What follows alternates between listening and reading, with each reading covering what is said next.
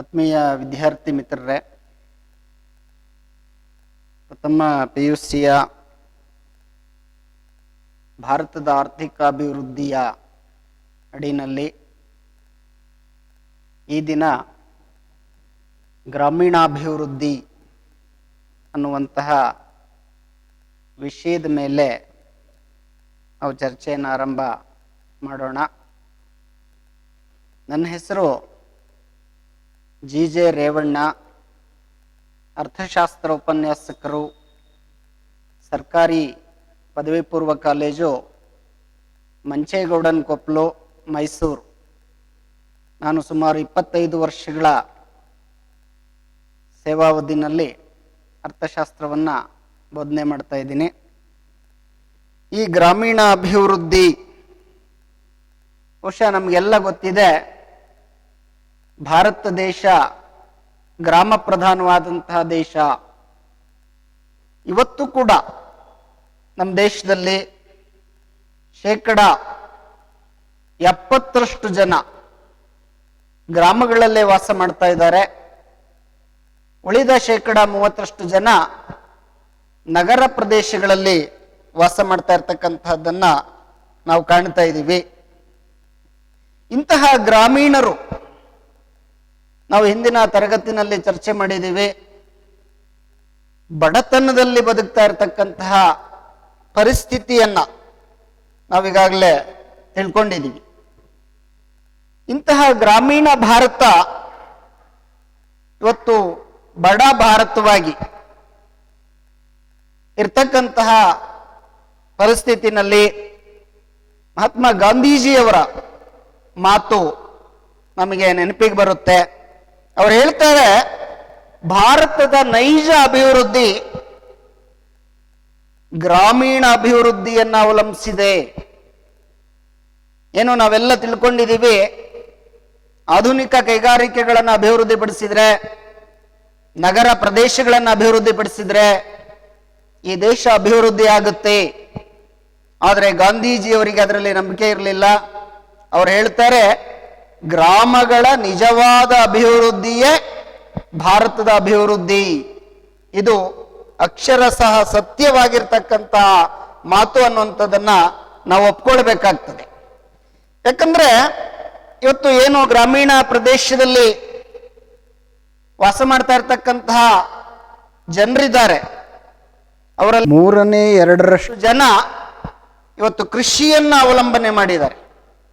ಕೃಷಿಯೇ ಅವರ ಪ್ರಧಾನವಾದಂಥ ಉದ್ಯೋಗ, ಕೃಷಿಯೇ ಅವರ ಜೀವನಾಧಾರ. ಅದರಲ್ಲಿ 1/3 ಜನ ಇವತ್ತು ಕೂಡ ಕಡು ಬಡತನದಲ್ಲಿ ವಾಸವನ್ನ ಮಾಡ್ತಾ ಇದ್ದಾರೆ.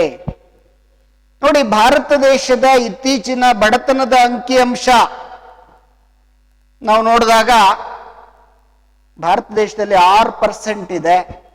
ಆದರೆ ಗ್ರಾಮೀಣ ಭಾರತದಲ್ಲಿ ಇನ್ನೂ ಕೂಡ 30%ಕ್ಕಿಂತ ಹೆಚ್ಚು ಜನ ಕಡು ಬಡತನದಲ್ಲಿ ವಾಸ ಮಾಡ್ತಾ ಇದ್ದಾರೆ.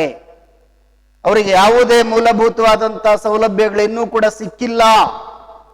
ಈ ಎಲ್ಲ ಅಂಶಗಳ ನೆಲೆಯಲ್ಲಿ ನಾವು ಭಾರತದ ಅಭಿವೃದ್ಧಿಯನ್ನು ಸಾಧಿಸಬೇಕಾದ್ರೆ ಗ್ರಾಮೀಣ ಅಭಿವೃದ್ಧಿಯ ಮೂಲಕ ಮಾತ್ರ ಭಾರತದ ಅಭಿವೃದ್ಧಿಯನ್ನ ನಾವು ಸಾಧಿಸಲಿಕ್ಕೆ ಸಾಧ್ಯ ಆಗುತ್ತೆ ಅನ್ನುವಂಥದ್ದನ್ನ ನಾವು ತಿಳ್ಕೊಳ್ಬೇಕಾಗ್ತದೆ.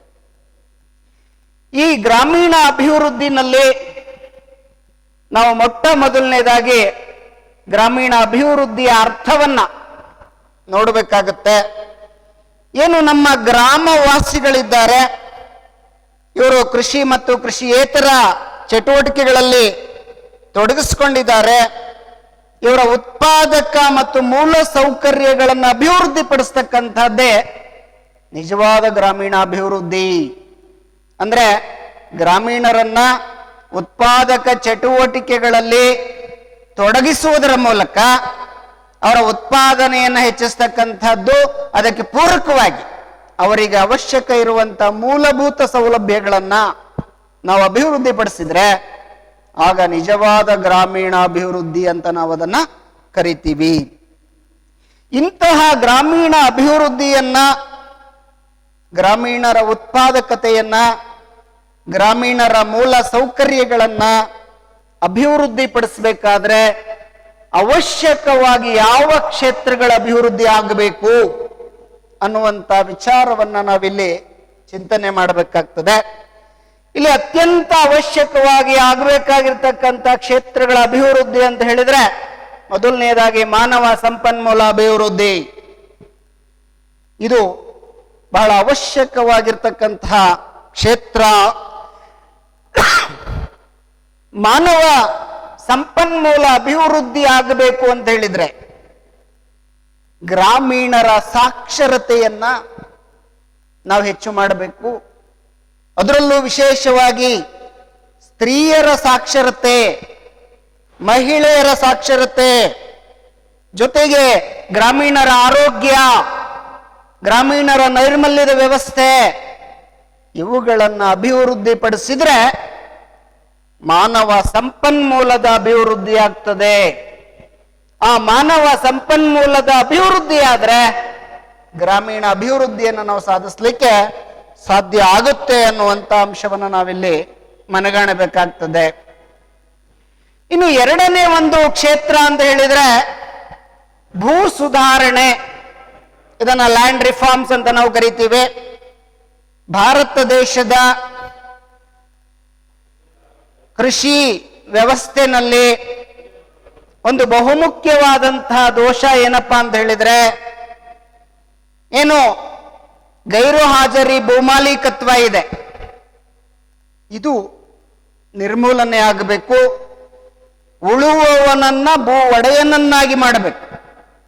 ಆಗ ಮಾತ್ರ ಗ್ರಾಮೀಣಾಭಿವೃದ್ಧಿಯನ್ನ ನಾವು ಸಾಧಿಸಲಿಕ್ಕೆ ಸಾಧ್ಯ ಆಗುತ್ತೆ. ಏನಿವತ್ತು ನಮ್ಮ ದೇಶದಲ್ಲಿ ಭೂಮಿಯ ಅಭಿವೃದ್ಧಿ ಅನ್ನುವಂಥದ್ದು ಕುಂಠಿತವಾಗಿದೆ. ಅಪ್ಪ ಅಮ್ಮನ ಜಗಳದಲ್ಲಿ ಕೂಸು ಬಡವಾಯಿತು ಅನ್ನುವಂಥ ರೀತಿಯಲ್ಲಿ ಒಂದು ಕಡೆ ಕೃಷಿಕರು, ಇನ್ನೊಂದು ಕಡೆ ಭೂಮಾಲೀಕರು, ಇವರಿಬ್ಬರ ನಿರ್ಲಕ್ಷ್ಯದಿಂದ ಇವತ್ತು ಭಾರತ ದೇಶದ ಭೂಮಿ ಫಲವತ್ತತೆಯನ್ನ ಹೆಚ್ಚಿಸಿಕೊಳ್ಳಿಕ್ಕೆ ಸಾಧ್ಯ ಆಗ್ತಾ ಇಲ್ಲ. ಉತ್ತಮವಾದಂತಹ ಫಸಲನ್ನು ಬೆಳೀಲಿಕ್ಕೆ ಸಾಧ್ಯ ಆಗ್ತಾ ಇಲ್ಲ.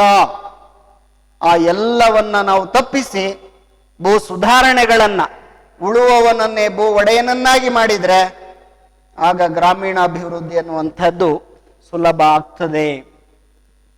ಅದೆಲ್ಲದಕ್ಕಿಂತ ಹೆಚ್ಚಾಗಿ ಇನ್ನೂ ಒಂದು ಕ್ಷೇತ್ರ ಇದೆ, ಉತ್ಪಾದಕ ಸಂಪನ್ಮೂಲಗಳ ಅಭಿವೃದ್ಧಿ. ಏನು ಗ್ರಾಮೀಣ ಪ್ರದೇಶದಲ್ಲಿ ಕೃಷಿ ಉತ್ಪಾದನೆಯನ್ನ, ಕೃಷಿಯೇತರ ಉತ್ಪಾದನೆಯನ್ನ ಹೆಚ್ಚಿಸಲಿಕ್ಕೆ ಅವಶ್ಯಕ ಇರುವಂತಹ ಭೌತಿಕ ಸಂಪನ್ಮೂಲಗಳನ್ನ, ಕೃಷಿಕರಿಗೆ ಬೇಕಾಗುವಂತಹ ಬೀಜಗಳಿರಬಹುದು, ರಸಗೊಬ್ಬರಗಳಿರಬಹುದು, ಉಪಕರಣಗಳಿರಬಹುದು, ಅಥವಾ ನೀರಾವರಿ ಸೌಲಭ್ಯಗಳಿರಬಹುದು, ಇಂತಹ ಉತ್ಪಾದಕ ಸಂಪನ್ಮೂಲಗಳನ್ನು ಅಭಿವೃದ್ಧಿಪಡಿಸಿದ್ರೆ ಗ್ರಾಮೀಣಾಭಿವೃದ್ಧಿಯನ್ನು ನಾವು ಅವಶ್ಯಕವಾಗಿ ಮಾಡ್ಲಿಕ್ಕೆ ಸಾಧ್ಯ ಆಗುತ್ತೆ. ಅದರ ಜೊತೆಗೆ ಮೂಲ ಸೌಕರ್ಯಗಳ ಅಭಿವೃದ್ಧಿ.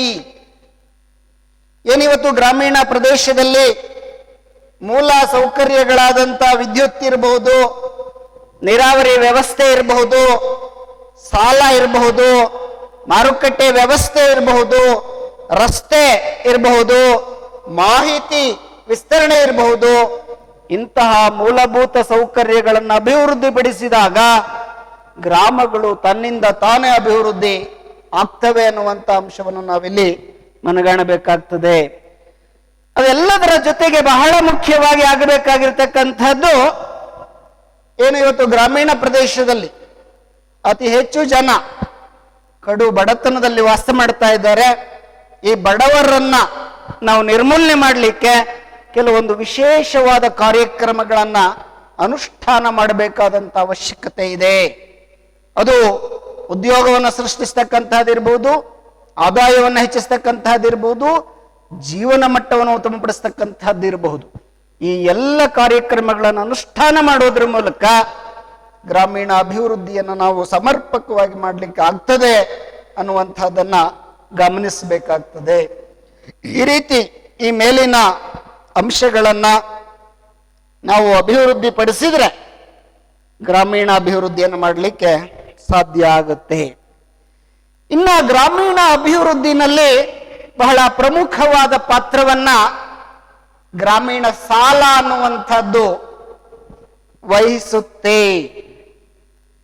ಏನಿದು ಗ್ರಾಮೀಣ ಸಾಲ ಅಂತಂದ್ರೆ ಮೊದಲಿಗೆ ಇದರ ಅರ್ಥವನ್ನು ನಾವು ತಿಳ್ಕೊಬಿಡೋಣ.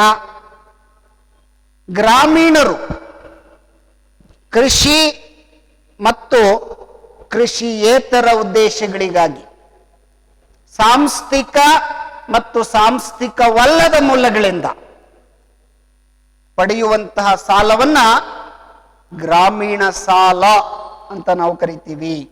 ಗ್ರಾಮೀಣರು ಕೃಷಿ ಮತ್ತು ಕೃಷಿಯೇತರ ಹಾಗೂ ಸಾಂಸ್ಥಿಕ ಮತ್ತು ಸಾಂಸ್ಥಿಕೇತರ ಮೂಲಗಳಿಂದ ಎರಡು ಉದ್ದೇಶಗಳಿಗಾಗಿ ಗ್ರಾಮೀಣರು ಸಾಲವನ್ನು ಮಾಡ್ತಾರೆ. ಒಂದು, ಕೃಷಿಯನ್ನ ಅಭಿವೃದ್ಧಿಪಡಿಸಲಿಕ್ಕೆ, ಕೃಷಿ ಉತ್ಪಾದನೆಯನ್ನು ಹೆಚ್ಚಿಸಿಕೊಳ್ಳಲಿಕ್ಕೆ.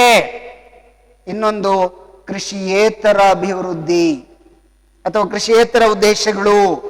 ಏನಿವತ್ತು ಗ್ರಾಮೀಣ ಪ್ರದೇಶದಲ್ಲಿ ಕೃಷಿಯನ್ನು ಹೊರತುಪಡಿಸಿ ಉದ್ಯೋಗಗಳಲ್ಲಿ ತೊಡಗಿಕೊಂಡಿದ್ದಾರೆ, ಅವರನ್ನ ಅಭಿವೃದ್ಧಿಪಡಿಸಲಿಕ್ಕಾಗಿ ಕೃಷಿಯೇತರ ಸಾಲಗಳನ್ನು ಮಾಡ್ತಕ್ಕಂಥದ್ದನ್ನು ನಾವು ಕಾಣ್ತೀವಿ.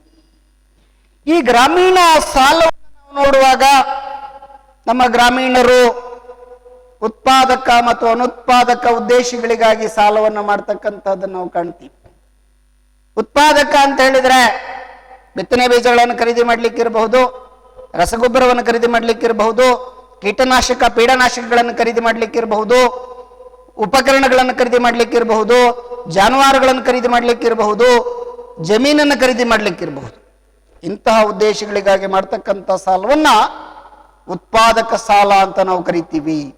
ಆದರೆ ನಮ್ಮ ಗ್ರಾಮೀಣರು ಇವತ್ತು ಉತ್ಪಾದಕ ಸಾಲಕ್ಕಿಂತ ಅನುತ್ಪಾದಕ ಉದ್ದೇಶಗಳಿಗಾಗಿ ಅತಿ ಹೆಚ್ಚು ಪ್ರಮಾಣದ ಸಾಲವನ್ನು ಮಾಡ್ತಾ ಇರ್ತಕ್ಕಂಥದ್ದನ್ನು ನಾವು ಕಾಣ್ತಾ ಇದ್ದೀವಿ. ಏನದು ಅನುತ್ಪಾದಕ ಉದ್ದೇಶಗಳು? ಮದುವೆ ಇರಬಹುದು, ಅಥವಾ ಹಬ್ಬ ಹರಿದಿನಗಳಿರಬಹುದು, ಜಾತ್ರೆ ಇರಬಹುದು, ಹುಟ್ಟಿದ ದಿನದ ಆಚರಣೆಗಳಿರಬಹುದು. ಇಂತಹ ಉದ್ದೇಶಗಳಿಗಾಗಿ ಇವತ್ತು ನಮ್ಮ ಗ್ರಾಮೀಣರು ಸಾಲವನ್ನು ಮಾಡ್ತಾ ಇದ್ದಾರೆ. ಇದನ್ನು ನಾವು ಅನುತ್ಪಾದಕ ಸಾಲ ಅಂತ ನಾವು ಕರಿತೀವಿ. ಇವತ್ತು ಭಾರತ ದೇಶದ ಗ್ರಾಮೀಣರ ಪರಿಸ್ಥಿತಿ ತುಂಬಾ ನಿಕೃಷ್ಟವಾಗಿದೆ. ಅದಕ್ಕೆ ಒಂದು ಮಾತನ್ನ ಹೇಳ್ತಾರೆ, ಭಾರತ ದೇಶದ ರೈತ ಸಾಲದಲ್ಲೇ ಹುಟ್ಟಿ ಸಾಲದಲ್ಲೇ ಬೆಳೆದು ಸಾಲದಲ್ಲಿಯೇ ಸಾವನ್ನಪ್ತಾ ಇದ್ದಾನೆ. ಅಂದ್ರೆ ಸಾಲವನ್ನೇ ತನ್ನ ಮುಂದಿನ ಪೀಳಿಗೆಯವರಿಗೆ ಬಳುವಳಿಯನ್ನಾಗಿ ನೀಡಿ ಹೋಗ್ತಾ ಇದ್ದಾನೆ.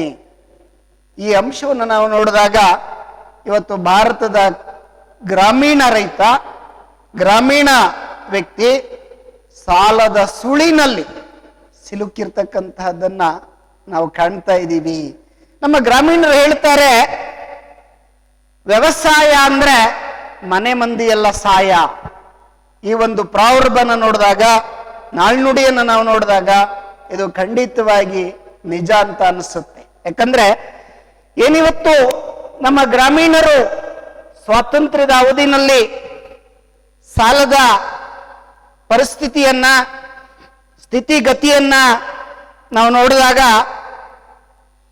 ಏನು ನಮ್ಮ ದಲ್ಲಾಳಿಗಳಿದ್ರು, ಮಧ್ಯವರ್ತಿಗಳಿದ್ರು, ಲೇವಾದೇವಿ ವ್ಯವಹಾರಸ್ಥರಿದ್ರು, ಇವರು ರೈತರನ್ನ ನಾನಾ ರೀತಿನಲ್ಲಿ ಶೋಷಣೆ ಮಾಡ್ತಾ ಇದ್ರು. ಗ್ರಾಮೀಣರನ್ನ ಬೇರೆ ಬೇರೆ ರೀತಿಯಲ್ಲಿ ಶೋಷಣೆ ಮಾಡ್ತಾ ಇದ್ರು. ಯಾವ ರೀತಿ ಶೋಷಣೆ ಮಾಡ್ತಾ ಇದ್ರು? ಅಧಿಕ ಬಡ್ಡಿ ಆಧಾರದ ಮೇಲೆ ಇವರು ಸಾಲವನ್ನು ನೀಡ್ತಾ ಇದ್ರು. ಸಾಮಾನ್ಯವಾಗಿ ಬ್ಯಾಂಕಿನ ಬಡ್ಡಿ ದರಕ್ಕಿಂತ ದುಬಾರಿ ಬೆಲೆನಲ್ಲಿ ಸಾಲವನ್ನ ಇವರಿಗೆ ನೀಡ್ತಾ ಇದ್ರು. ಅಷ್ಟೇ ಅಲ್ಲ, ಲೆಕ್ಕಪತ್ರಗಳನ್ನ ತಿರುಚುವಂತಹ ಕೆಲಸವನ್ನ ನಮ್ಮ ಲೇವಾದೇವಿಗಾರರು, ದಲ್ಲಾಳಿಗಳು, ವ್ಯಾಪಾರಿಗಳು ಮಾಡ್ತಾ ಇದ್ರು. ಎಷ್ಟೋ ಸಾರಿ ನಮ್ಮ ರೈತರು ಸಾಲವನ್ನು ಮರುಪಾವತಿ ಮಾಡಿದ್ರು, ಬಡ್ಡಿಯನ್ನು ಮರುಪಾವತಿ ಮಾಡಿದ್ರು. ಅದನ್ನ ಲೆಕ್ಕಕ್ಕೆ ತೆಗೆದುಕೊಳ್ಳದೆ ಇವತ್ತು ಜೀತ ಪದ್ಧತಿ ಅಸ್ತಿತ್ವಕ್ಕೆ ಬರಲಿಕ್ಕೆ ಇದು ಕಾರಣವಾಗಿದೆ. ಆದ್ರೆ 1969ರ ನಂತರದಲ್ಲಿ ಇವತ್ತು ಗ್ರಾಮೀಣ ಸಾಲದ ಸ್ಥಿತಿಗತಿ ಸಾಕಷ್ಟು ಸುಧಾರಣೆ ಆಗಿರ್ತಕ್ಕಂಥದ್ದನ್ನು ನಾವು ಕಾಣ್ತಾ ಇದ್ದೀವಿ. ಕಾರಣ ಏನು? 1969ರಲ್ಲಿ ಭಾರತ ಸರ್ಕಾರ 14 ಪ್ರಧಾನವಾದ ಖಾಸಗಿ ವಾಣಿಜ್ಯ ಬ್ಯಾಂಕುಗಳನ್ನ ರಾಷ್ಟ್ರೀಕರಣ ಮಾಡ್ತು, ನ್ಯಾಷನಲೈಸೇಷನ್ ಮಾಡ್ತು. ಈ ರಾಷ್ಟ್ರೀಕರಣ ಆದ ಮೇಲೆ ರಾಷ್ಟ್ರೀಕೃತ ವಾಣಿಜ್ಯ ಬ್ಯಾಂಕುಗಳು ಕೃಷಿಕರಿಗೆ ಅವಶ್ಯಕವಿರುವಂತಹ ಸಾಲಗಳನ್ನು ಅತ್ಯಂತ ಕಡಿಮೆ ಬಡ್ಡಿ ದರದಲ್ಲಿ ಸುಲಭದ ಮರುಪಾವತಿಯ ಮೇಲೆ ನೀಡಲಿಕ್ಕೆ ಆರಂಭ ಮಾಡಿದ್ವು. 1969ಕ್ಕೆ ಮೊದಲು ಯಾವ ಖಾಸಗಿ ವಾಣಿಜ್ಯ ಬ್ಯಾಂಕುಗಳು ಕೂಡ ರೈತರಿಗೆ ಸಾಲವನ್ನು ಕೊಡ್ತಕ್ಕಂಥ ಪ್ರಯತ್ನ ಮಾಡಲಿಲ್ಲ. ಕಾರಣ ಏನಪ್ಪಾ ಅಂದ್ರೆ ಅವರಿಗೆ ಅಧಿಕ ಬಡ್ಡಿಯನ್ನ ಕೊಡುವಂಥ ಶಕ್ತಿ ಇಲ್ಲ, ಅವರಿಗೆ ಸಾಲ ಕೊಟ್ರೆ ಮರುಪಾವತಿ ಮಾಡ್ತಾರೆ ಅನ್ನುವಂಥ ಭರವಸೆ ಇಲ್ಲ. ಅದಕ್ಕೋಸ್ಕರ ಖಾಸಗಿ ಕ್ಷೇತ್ರದ ವಾಣಿಜ್ಯ ಬ್ಯಾಂಕುಗಳು 69ರ ಮೊದಲು ನಮ್ಮ ರೈತರಿಗೆ ಯಾವುದೇ ಸಾಲಗಳನ್ನು ನೀಡತಕ್ಕಂಥ ಕೆಲಸವನ್ನು ಮಾಡಲಿಲ್ಲ. ಅದನ್ನ ಮನಗಂಡ ಸರ್ಕಾರ ಈ ದೇಶದ ಅಭಿವೃದ್ಧಿ, ಗ್ರಾಮೀಣ ಅಭಿವೃದ್ಧಿಯನ್ನು ಅವಲಂಬಿಸಿದೆ ಅನ್ನುವಂಥ ಉದ್ದೇಶಕ್ಕಾಗಿ ಗ್ರಾಮೀಣರಿಗೆ ಸಾಲವನ್ನು ನೀಡಬೇಕು ವಾಣಿಜ್ಯ ಬ್ಯಾಂಕುಗಳು ಅಂತ ಹೇಳಿ 1969ರಲ್ಲಿ ಖಾಸಗಿ ರಂಗದ ವಾಣಿಜ್ಯ ಬ್ಯಾಂಕುಗಳನ್ನ ರಾಷ್ಟ್ರೀಕರಣ ಮಾಡಿರ್ತಕ್ಕಂಥದ್ದನ್ನು ನಾವು ಕಾಣ್ತಾ ಇದ್ದೀವಿ. ಯಾವಾಗ ರಾಷ್ಟ್ರೀಕರಣ ಆಯಿತು, ರಾಷ್ಟ್ರೀಕೃತ ವಾಣಿಜ್ಯ ಬ್ಯಾಂಕುಗಳು ಇವತ್ತು ರೈತರಿಗೆ ಧೈರ್ಯವಾಗಿ ಸಾಲವನ್ನ ಕೊಡ್ತಾ ಇದ್ದಾವೆ. ಯಾಕಂದ್ರೆ ಸರ್ಕಾರ ಭರವಸೆಯನ್ನು ಒದಗಿಸಿದೆ, ಗ್ಯಾರಂಟಿಯನ್ನು ನೀಡ್ತಾ ಇದೆ. ರೈತ ಕಟ್ಟಲಿಲ್ಲ ಅಂದ್ರೆ ನಾನು ಕೊಡ್ತೀನಿ, ಕೊಡ್ರಿ ಅವ್ರಿಗೆ ಸಾಲನಾ. ಈ ಒಂದು ಭರವಸೆಯನ್ನು ನೀಡಿದ ನಂತರದಲ್ಲಿ ಇವತ್ತು ಕೃಷಿಕರಿಗೆ, ಗ್ರಾಮೀಣರಿಗೆ ಸಾಲ ಬಹಳ ಸುಲಭವಾಗಿ ಸಿಗ್ಲಿಕ್ಕೆ, ಅಗ್ಗದ ಬಡ್ಡಿ ದರದಲ್ಲಿ ಸಿಗ್ಲಿಕ್ಕೆ ಸಹಾಯಕ ಆಗಿರ್ತಕ್ಕಂಥದ್ದನ್ನು ನಾವು ಕಾಣ್ತೀವಿ. ಆನಂತರದಲ್ಲಿ ಇನ್ನೊಂದು ಮಹತ್ವದ ಮೈಲುಗಲ್ಲು ಅಂತಾನೆ ನಾವು ಇದನ್ನ ಕರಿತೀವಿ. 1982ನೇ ಇಸ್ವಿನಲ್ಲಿ ನಬಾರ್ಡ್ ಅನ್ನುವಂತಹ ಒಂದು ಸಂಸ್ಥೆಯನ್ನ ಸ್ಥಾಪನೆ ಮಾಡ್ತು RBI. ಇದನ್ನ ಕೃಷಿ ಕ್ಷೇತ್ರದ ಅಫೆಕ್ಸ್ ಬ್ಯಾಂಕ್ ಅಂತ ನಾವು ಕರಿತೀವಿ. ಅಂದ್ರೆ ಕೃಷಿ ಸಾಲವನ್ನ ನೀಡತಕ್ಕಂಥ ಅತ್ಯುನ್ನತ ಬ್ಯಾಂಕು ನಬಾರ್ಡ್ ಅನ್ನುವಂಥದ್ದು. ಏನಿದು ನಬಾರ್ಡ್ ಅಂದ್ರೆ? National bank for agriculture and rural development, ರಾಷ್ಟ್ರೀಯ ಕೃಷಿ ಮತ್ತು ಗ್ರಾಮೀಣಾಭಿವೃದ್ಧಿ ಬ್ಯಾಂಕು ಅಂತ ನಾವು ಕರಿತೀವಿ ಇದನ್ನ. ಅಂದ್ರೆ ದೇಶದಲ್ಲಿ ಕೃಷಿಯನ್ನ, ಗ್ರಾಮೀಣ ಪ್ರದೇಶವನ್ನ ಅಭಿವೃದ್ಧಿ ಪಡಿಸಲಿಕ್ಕಾಗಿಯೇ ಭಾರತ ಸರ್ಕಾರ RBI ನಡಿನಲ್ಲಿ ನಬಾರ್ಡ್ ಅನ್ನುವಂತಹ ಒಂದು ಬ್ಯಾಂಕ್ ಅನ್ನ, ಅಫೆಕ್ಸ್ ಬ್ಯಾಂಕ್ ಅನ್ನ ಸ್ಥಾಪನೆ ಮಾಡೋದ್ರ ಮೂಲಕ ಈ ದೇಶದ ಕೃಷಿಕರಿಗೆ, ಗ್ರಾಮೀಣರಿಗೆ ಸಾಲವನ್ನು ನೀಡತಕ್ಕಂಥ ಎಲ್ಲ ಬ್ಯಾಂಕುಗಳ ಮೇಲ್ವಿಚಾರಣೆಯನ್ನು ನಬಾರ್ಡ್ ಇವತ್ತು ಮಾಡ್ತಾ ಇದೆ. ಇದು ಸ್ಥಾಪನೆಯಾದ ಮೇಲೆ ಗ್ರಾಮೀಣರಿಗೆ ಸಾಕಷ್ಟು ಸಾಲ ಸೌಲಭ್ಯಗಳು ಸುಲಭವಾಗಿ, ಕಡಿಮೆ ಬಡ್ಡಿ ದರದಲ್ಲಿ, ಸುಲಭ ಮರುಪಾವತಿ ಆಧಾರದ ಮೇಲೆ ಸಿಗ್ತಾ ಇರತಕ್ಕಂಥದ್ದನ್ನ ನಾವು ಕಾಣ್ತೀವಿ. ಇದಷ್ಟೇ ಅಲ್ಲದೇನೆ ಇವತ್ತು ನಮ್ಮ ಸರ್ಕಾರ ಗ್ರಾಮೀಣರಿಗೆ ಸಾಲವನ್ನು ನೀಡಲಿಕ್ಕಾಗಿ ಅನೇಕ ಸಾಂಸ್ಥಿಕ ಸಾಲದ ಮೂಲಗಳನ್ನ ಒದಗಿಸಿಕೊಟ್ಟಿದೆ.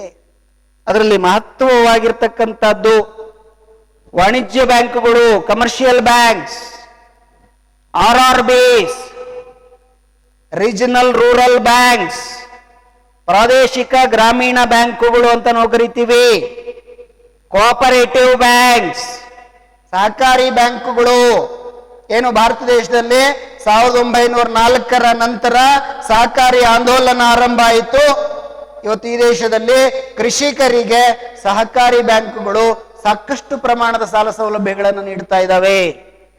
LDBs, ಲ್ಯಾಂಡ್ ಡೆವಲಪ್ಮೆಂಟ್ ಬ್ಯಾಂಕ್ಸ್, ಭೂ ಅಭಿವೃದ್ಧಿ ಬ್ಯಾಂಕುಗಳು ಅಂತ ನಾವು ಕರಿತೀವಿ. ಇಲ್ಲಿ 2 ಬ್ಯಾಂಕುಗಳಿದ್ದಾವೆ, PLDBs ಮತ್ತು CLDBs. Primary land development banks, central land development banks. ಪ್ರಾಥಮಿಕ ಭೂ ಅಭಿವೃದ್ಧಿ ಬ್ಯಾಂಕುಗಳು, ಕೇಂದ್ರ ಭೂ ಅಭಿವೃದ್ಧಿ ಬ್ಯಾಂಕುಗಳು ಅಂತ ನಾವು ಕರಿತೀವಿ. ಭೂಮಿಯನ್ನ ಅಭಿವೃದ್ಧಿ ಪಡಿಸ್ತಕ್ಕಂಥ ಉದ್ದೇಶಕ್ಕಾಗಿ ರೈತನಿಗೆ ಸಾಲವನ್ನ ಕೊಡ್ಲಿಕ್ಕಾಗಿ ಭೂ ಅಭಿವೃದ್ಧಿ ಬ್ಯಾಂಕುಗಳು. ನಮ್ಮ ಗ್ರಾಮೀಣರು ಇದನ್ನ ಭೂ ಅಡಮಾನ ಬ್ಯಾಂಕುಗಳು ಅಂತ ಕರೀತಾರೆ. ಅಂದ್ರೆ ಭೂಮಿಯನ್ನ ಆಧಾರವಾಗಿಟ್ಕೊಂಡು ಕೃಷಿಕರಿಗೆ ಸಾಲವನ್ನ ಕೊಡ್ತಕ್ಕಂತಹ ಬ್ಯಾಂಕುಗಳು. ಅದರ ಜೊತೆಯಲ್ಲಿ ಇತ್ತೀಚಿನ ದಿನಗಳಲ್ಲಿ ಅತ್ಯಂತ ಹೆಚ್ಚು ಮಹತ್ವವನ್ನು ಪಡೆದಿರ್ತಕ್ಕಂತಹ ಗ್ರಾಮೀಣ ಸಾಲದಲ್ಲಿ ಸೆಲ್ಫ್ ಹೆಲ್ಪ್ ಗ್ರೂಪ್ಸ್, ಸ್ವಸಹಾಯ ಸಂಘಗಳು ಅಂತ ನಾವೇನು ಕರಿತೀವಿ, ಸ್ವಸಹಾಯ ಗುಂಪುಗಳು ಅಂತ ಏನು ನಾವು ಕರಿತೀವಿ. ಇವತ್ತು ಗ್ರಾಮೀಣ ಸಾಲದಲ್ಲಿ ಬಹಳ ಪ್ರಮುಖವಾದ ಪಾತ್ರವನ್ನ ನಿರ್ವಹಿಸ್ತಾ ಇದ್ದಾವೆ. ಏನಿವತ್ತು ನಮ್ಮ ಗ್ರಾಮೀಣರು ಒಂದು 15ರಿಂದ 20 ಜನ ಸೇರ್ಕೊಂಡು ಒಂದು ಸಂಘವನ್ನ ರಚನೆ ಮಾಡಿಕೊಂಡು ಆ ಸಂಘಕ್ಕೆ ತಮ್ಮಲ್ಲಿರ್ತಕ್ಕಂಥ ಉಳಿತಾಯವನ್ನ ಠೇವಣಿ ಮಾಡಿ ಬಂದಂತ ಹಣವನ್ನ ತಮ್ಮ ಸದಸ್ಯರಿಗೆ ಸಾಲದ ರೂಪದಲ್ಲಿ ಅತ್ಯಂತ ಕಡಿಮೆ ಬಡ್ಡಿ ದರದಲ್ಲಿ ಇವತ್ತು ವಿತರಣೆ ಮಾಡ್ತಾ ಇದ್ದಾವೆ. ಅದರಲ್ಲೂ ಮಹಿಳಾ ಸ್ವಸಹಾಯ ಸಂಘಗಳು ಇವತ್ತು ಅತ್ಯಂತ ಪ್ರಭುತ್ವವಾದ ಸಾಲ ವ್ಯವಸ್ಥೆಯನ್ನ ಗ್ರಾಮೀಣ ಪ್ರದೇಶದಲ್ಲಿ ನಡೆಸ್ಕೊಂಡು ಹೋಗ್ತಾ ಇದ್ದಾವೆ. ಇದನ್ನ ನಮ್ಮ ಮಾಜಿ ಪ್ರಧಾನಮಂತ್ರಿಗಳಾದಂತಹ ಡಾಕ್ಟರ್ ಮನಮೋಹನ್ ಸಿಂಗ್ ರವರೇ ಹೊಗಳಿಕೆ ಮಾಡಿದ್ದಾರೆ.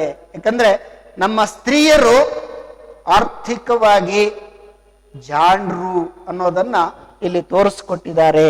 ಅದರ ಜೊತೆಗೆ ಮೈಕ್ರೋ ಫೈನಾನ್ಸ್ ಸ್ಕೀಮ್ಸ್, ಸೂಕ್ಷ್ಮ ಹಣಕಾಸು ಯೋಜನೆಗಳು, ಈ ರೀತಿ ಸಾಂಸ್ಥಿಕ ಮೂಲಗಳಿಂದ ನಮ್ಮ ರೈತರು ತಮಗೆ ಅಗತ್ಯ ಇರತಕ್ಕಂಥ ಸಾಲಗಳನ್ನ ಪಡ್ಕೊಳ್ತಾ ಇದ್ದಾರೆ. ಸಾಂಸ್ಥಿಕೇತರ ಮೂಲಗಳಿಗೆ ಇವತ್ತು ಮೂಲೆಗೆ ತಳ್ತಾ ಇರ್ತಕ್ಕಂಥದ್ದನ್ನ, ಅವುಗಳ ಪಾತ್ರ ಕಡಿಮೆ ಆಗ್ತಾ ಇರ್ತಕ್ಕಂಥದ್ದನ್ನ ನಾವು ಕಾಣ್ತಾ ಇದ್ದೀವಿ. ಇಷ್ಟೆಲ್ಲ ಅಂಶಗಳನ್ನ ನೋಡಿದ ಮೇಲೆ ಗ್ರಾಮೀಣ ಬ್ಯಾಂಕಿಂಗ್ ವ್ಯವಸ್ಥೆ ಏನಾದ್ರೂ ಒಂದಷ್ಟು ಲಾಭ ಮಾಡ್ಕೊಂಡಿದ್ಯಾ, ಅನುಕೂಲಗಳನ್ನು ಹೊಂದಿದ್ಯಾ, ಅಥವಾ ಇದರಿಂದ ಅನಾನುಕೂಲಗಳೇನಾದ್ರು ಆಗ್ತಾ ಇದೆಯಾ ಅನ್ನುವಂಥದ್ದನ್ನು ನಾವು ಒಂದ್ಸಾರಿ ನೋಡಬೇಕಾಗ್ತದೆ. ಖಂಡಿತವಾಗಿ ಗ್ರಾಮೀಣ ಬ್ಯಾಂಕಿಂಗ್ ವ್ಯವಸ್ಥೆ ಇವತ್ತು ಧನಾತ್ಮಕವಾದಂತಹ ಪರಿಣಾಮಗಳನ್ನ ಈ ದೇಶದ ಅರ್ಥವ್ಯವಸ್ಥೆ ಮೇಲೆ ಬೀರಿರ್ತಕ್ಕಂಥದ್ದನ್ನು ನಾವು ಕಾಣ್ತಾ ಇದ್ದೀವಿ. ಯಾವಾಗ ಗ್ರಾಮೀಣ ಸಾಲ ಅತ್ಯಂತ ಸುಲಭವಾಗಿ ನಮ್ಮ ರೈತರಿಗೆ ಸಿಕ್ತು, ಇವತ್ತು ನಾವು ಆಹಾರದ ಭದ್ರತೆಯನ್ನ, ಫುಡ್ ಸೆಕ್ಯೂರಿಟಿಯನ್ನ ಸಾಧಿಸಲಿಕ್ಕೆ ಸಾಧ್ಯ ಆಗಿದೆ. ಇವತ್ತು ನಮ್ಮ ದೇಶದಲ್ಲಿ ಎಲ್ಲರಿಗೆ ಊಟ ಮಾಡುವಂತ ಅವಕಾಶ ಲಭ್ಯ ಆಗಿರ್ತಕ್ಕಂಥದ್ದನ್ನು ನಾವು ಕಾಣ್ತಾ ಇದ್ದೀವಿ. ಅಷ್ಟೇ ಅಲ್ಲ, ಹೇರಳವಾಗಿ ಕಾಪು ದಾಸ್ತಾನನ್ನ ಕೂಡ ಮಾಡಿಕೊಳ್ಳಿಕ್ಕೆ ನಮಗೆ ಸಹಾಯಕ ಆಗಿದೆ. ಯಾವಾಗ ಸಾಲ ಸುಲಭವಾಗಿ ಬ್ಯಾಂಕುಗಳು ನೀಡಲಿಕ್ಕೆ ಮುಂದಾದವೋ, ನಮ್ಮ ರೈತರು ಉತ್ತಮವಾದ ಉತ್ಪಾದನೆಯನ್ನ, ಆಹಾರ ಧಾನ್ಯಗಳ ಉತ್ಪಾದನೆಯನ್ನ, ವಾಣಿಜ್ಯದ ಬೆಳೆಗಳನ್ನ ಅಪಾರ ಪ್ರಮಾಣದಲ್ಲಿ ಬೆಳೆದ್ರು. ಇವತ್ತು ಆಹಾರ ಧಾನ್ಯಗಳ ಕಾಪು ದಾಸ್ತಾನು, ಬಫರ್ ಸ್ಟಾಕ್ ಜಾಸ್ತಿ ಆಗಿರ್ತಕ್ಕಂಥದ್ದನ್ನ ನಾವಿಲ್ಲಿ ಕಾಣ್ತಾ ಇದ್ದೀವಿ. ಆದ್ರೆ ಕೆಲವೊಂದೆರಡು ದೋಷಗಳನ್ನು ಕೂಡ ನಾವಿಲ್ಲಿ ನೋಡಬಹುದು. ಏನು ದೋಷ? ಆಧುನಿಕ ಬ್ಯಾಂಕಿಂಗ್ ವ್ಯವಸ್ಥೆ ಗ್ರಾಮೀಣ ಪ್ರದೇಶದಲ್ಲಿ ಸಾಲ ವಸೂಲಾತಿನಲ್ಲಿ ವಿಫಲ ಆಗಿದೆ, ಫೈಲ್ಯೂರ್ ಆಗಿದೆ. ಇದನ್ನ ನೋಡಿದಾಗ ಹೌದು, ಇವತ್ತು ಗ್ರಾಮೀಣರು ತಾವು ಪಡೆದಂತ ಸಾಲವನ್ನ ಸರಿಯಾದ ಸಮಯಕ್ಕೆ ಮರುಪಾವತಿ ಮಾಡ್ತಾ ಇಲ್ಲ ಅನ್ನುವಂಥದ್ದು ಒಂದು ಅನಾನುಕೂಲ ಅಥವಾ ದೋಷ ಅಂತ ನಾವಿದನ್ನ ಕರಿತೀವಿ. ಆದ್ರೆ ಯಾಕೆ ಇವರು ಮರುಪಾವತಿ ಮಾಡ್ತಾ ಇಲ್ಲ ಅಂತ ಹೇಳಿದ್ರೆ, ನಮ್ಮ ರಾಜಕಾರಣಿಗಳು ತಮ್ಮ ಬೇಳೆ ಬೇಯಿಸ್ಕೊಳ್ಳಿಕ್ಕೆ ಸಾಲ ಮನ್ನಾ ಮಾಡ್ತೀವಿ ಅನ್ನುವಂಥ ಆಶ್ವಾಸನೆಯನ್ನು ಕೊಡ್ತಾ ಇದ್ದಾರೆ. ಇದರಿಂದ ರೈತರು ಸಾಲ ಮನ್ನಾ ಆಗಬಹುದು ಅನ್ನುವಂಥ ಕಾರಣಕ್ಕಾಗಿ ಮರುಪಾವತಿಯನ್ನ ಮುಂದೂಡ್ತಾ ಇದ್ದಾರೆ. ಇದು ಬಹಳ ಗಮನಿಸಬೇಕಾದಂತ ವಿಚಾರ. ಏನು ನಮ್ಮ ಸರ್ಕಾರಗಳು ಕೂಡ ತಮ್ಮ ಮತಬೇಟೆಗಾಗಿ ಸಾಲ ಮನ್ನಾ ಯೋಜನೆಗಳನ್ನ ಜಾರಿ ಮಾಡ್ತಕ್ಕಂಥ ಕಾರ್ಯವನ್ನು ಮಾಡ್ತಾ ಇದ್ದಾರೆ. ಇದರಿಂದ ನಾವಾಗಿಯೇ ಗ್ರಾಮೀಣರನ್ನ ಸಾಲದ ಸುಳಿನಲ್ಲಿ ಸಿಲುಕಿಸ್ತಕ್ಕಂಥ ಕೆಲಸವನ್ನ ಮಾಡ್ತಾ ಇದ್ದೀವಿ. ಇದನ್ನು ಹೊರತುಪಡಿಸಿದ್ರೆ ಬ್ಯಾಂಕು ಮತ್ತು ರೈತರ ನಡುವೆ ಉತ್ತಮವಾದಂತಹ ಬಾಂಧವ್ಯವನ್ನ ಬೆಸೆದು ರೈತರಲ್ಲಿ ಮಿತವ್ಯಯವನ್ನ ಸಾಧಿಸ್ತಕ್ಕಂಥ ಹಣಕಾಸಿನ ಸಂಪನ್ಮೂಲಗಳನ್ನ ಸಮರ್ಪಕವಾಗಿ ಬಳಕೆ ಮಾಡ್ತಕ್ಕಂಥ ರೂಢಿಯನ್ನ ಮಾಡಿದ್ರೆ, ಹವ್ಯಾಸಗಳನ್ನು ಬೆಳೆಸಿದ್ರೆ ಅವರು ಉತ್ತಮವಾದಂತಹ ಆರ್ಥಿಕ ತಜ್ಞರಾಗಲಿಕ್ಕೆ ಸಹಾಯಕ ಆಗುತ್ತೆ ಅನ್ನುವಂಥ ಅಂಶವನ್ನ ನಾವು ಮನಗಾಣಬೇಕಾಗತ್ತೆ. ಇನ್ನು ಬಹಳ ಪ್ರಮುಖವಾದಂಥ ಒಂದು ವಿಚಾರ ಕೃಷಿ ಮಾರುಕಟ್ಟೆ ವ್ಯವಸ್ಥೆ, ಅಗ್ರಿಕಲ್ಚರಲ್ ಮಾರ್ಕೆಟಿಂಗ್ ಸಿಸ್ಟಮ್. ಇವತ್ತು ಭಾರತ ದೇಶದಲ್ಲಿ ಕೃಷಿ ಮಾರುಕಟ್ಟೆ ವ್ಯವಸ್ಥೆ ಅಂದ್ರೆ ಏನು, ಕೃಷಿ ಮಾರುಕಟ್ಟೆ ಎದುರಿಸ್ತಾ ಇರತಕ್ಕಂತಹ ಸಮಸ್ಯೆಗಳೇನು, ಈ ಸಮಸ್ಯೆಗಳನ್ನು ನಿರ್ಮೂಲನೆ ಮಾಡಲಿಕ್ಕೆ ಸರ್ಕಾರ ಏನು ಕ್ರಮಗಳನ್ನು ಕೈಗೊಂಡಿದೆ, ಯಾವ ನೀತಿ ಸಾಧನಗಳನ್ನು ಅಭಿವೃದ್ಧಿಪಡಿಸಿದೆ ಮತ್ತು ಪರ್ಯಾಯ ಮಾರುಕಟ್ಟೆಗಳು ಯಾವ ರೀತಿ ಉದಯ ಆಗಿದಾವೆ ಅನ್ನುವಂಥ ಅಂಶಗಳನ್ನ ನಾವಿಲ್ಲಿ ಚರ್ಚೆ ಮಾಡಬೇಕಾಗುತ್ತೆ. ಇವತ್ತು ಕೃಷಿ ಮಾರುಕಟ್ಟೆ ಅಂತ ಹೇಳಿದ್ರೆ ಕೃಷಿ ಉತ್ಪನ್ನಗಳನ್ನ ಒಟ್ಟುಗೂಡಿಸ್ತಕ್ಕಂಥ, ಸಂಗ್ರಹಿಸ್ತಕ್ಕಂಥ, ಸಂಸ್ಕರಿಸ್ತಕ್ಕಂಥ, ವರ್ಗೀಕರಿಸುವ, ಪ್ಯಾಕ್ ಮಾಡುವ ಮತ್ತು ಸಾಗಾಟ ಮಾಡುವ ಮೂಲಕ ವಿತರಿಸುವಂತಹ ವ್ಯವಸ್ಥೆಯನ್ನ ಕೃಷಿ ಮಾರುಕಟ್ಟೆ ಅಂತ ನಾವು ಕರಿತೀವಿ. ಏನಿವತ್ತು ನಮ್ಮ ಕೃಷಿಕರು ವರ್ಷ ಪೂರ್ತಿ ಬೆವರು ಸುರಿಸಿ ಬೆಳೆದಂತಹ ಉತ್ಪನ್ನಗಳನ್ನ ನಾವು ಸಮರ್ಪಕವಾಗಿ ಒಟ್ಟುಗೂಡಿಸ್ತಕ್ಕಂಥದ್ದು, ಸಂಗ್ರಹಿಸ್ತಕ್ಕಂಥದ್ದು, ಸಂಸ್ಕರಿಸ್ತಕ್ಕಂಥದ್ದು, ವರ್ಗೀಕರಣ ಮಾಡ್ತಕ್ಕಂಥದ್ದು, ಪ್ಯಾಕಿಂಗ್ ಆಕರ್ಷಕವಾದ ರೀತಿಯಲ್ಲಿ ಪ್ಯಾಕ್ ಮಾಡ್ತಕ್ಕಂಥದ್ದು ಮತ್ತು ಅಷ್ಟೇ ಸಲೀಸಾಗಿ ಗ್ರಾಹಕರಿಗೆ ತಲುಪಿಸ್ತಕ್ಕಂಥ, ಸಾಗಿಸ್ತಕ್ಕಂತಹ, ವಿತರಣೆ ಮಾಡ್ತಕ್ಕಂತಹ ಕೆಲಸವನ್ನು ಏನು ಮಾಡುವಂತಹ ಪ್ರಕ್ರಿಯೆ ಇದೆ, ಈ ಪ್ರಕ್ರಿಯೆಯನ್ನ ಕೃಷಿ ಮಾರುಕಟ್ಟೆ ಅಂತ ನಾವು ಕರಿತೀವಿ.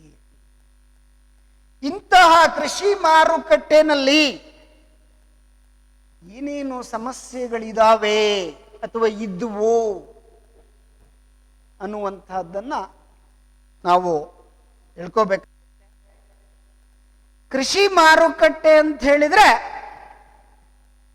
ಕೃಷಿಕರಿಗೆ ನಾನಾ ರೀತಿಯಲ್ಲಿ ಮೋಸ, ಅನ್ಯಾಯ, ಅಕ್ರಮ ಆಗುವಂತಹ ವ್ಯವಸ್ಥೆಯನ್ನ ಭಾರತ ದೇಶದಲ್ಲಿ ನಾವು ಕಾಣ್ತಾ ಇದ್ದೀವಿ.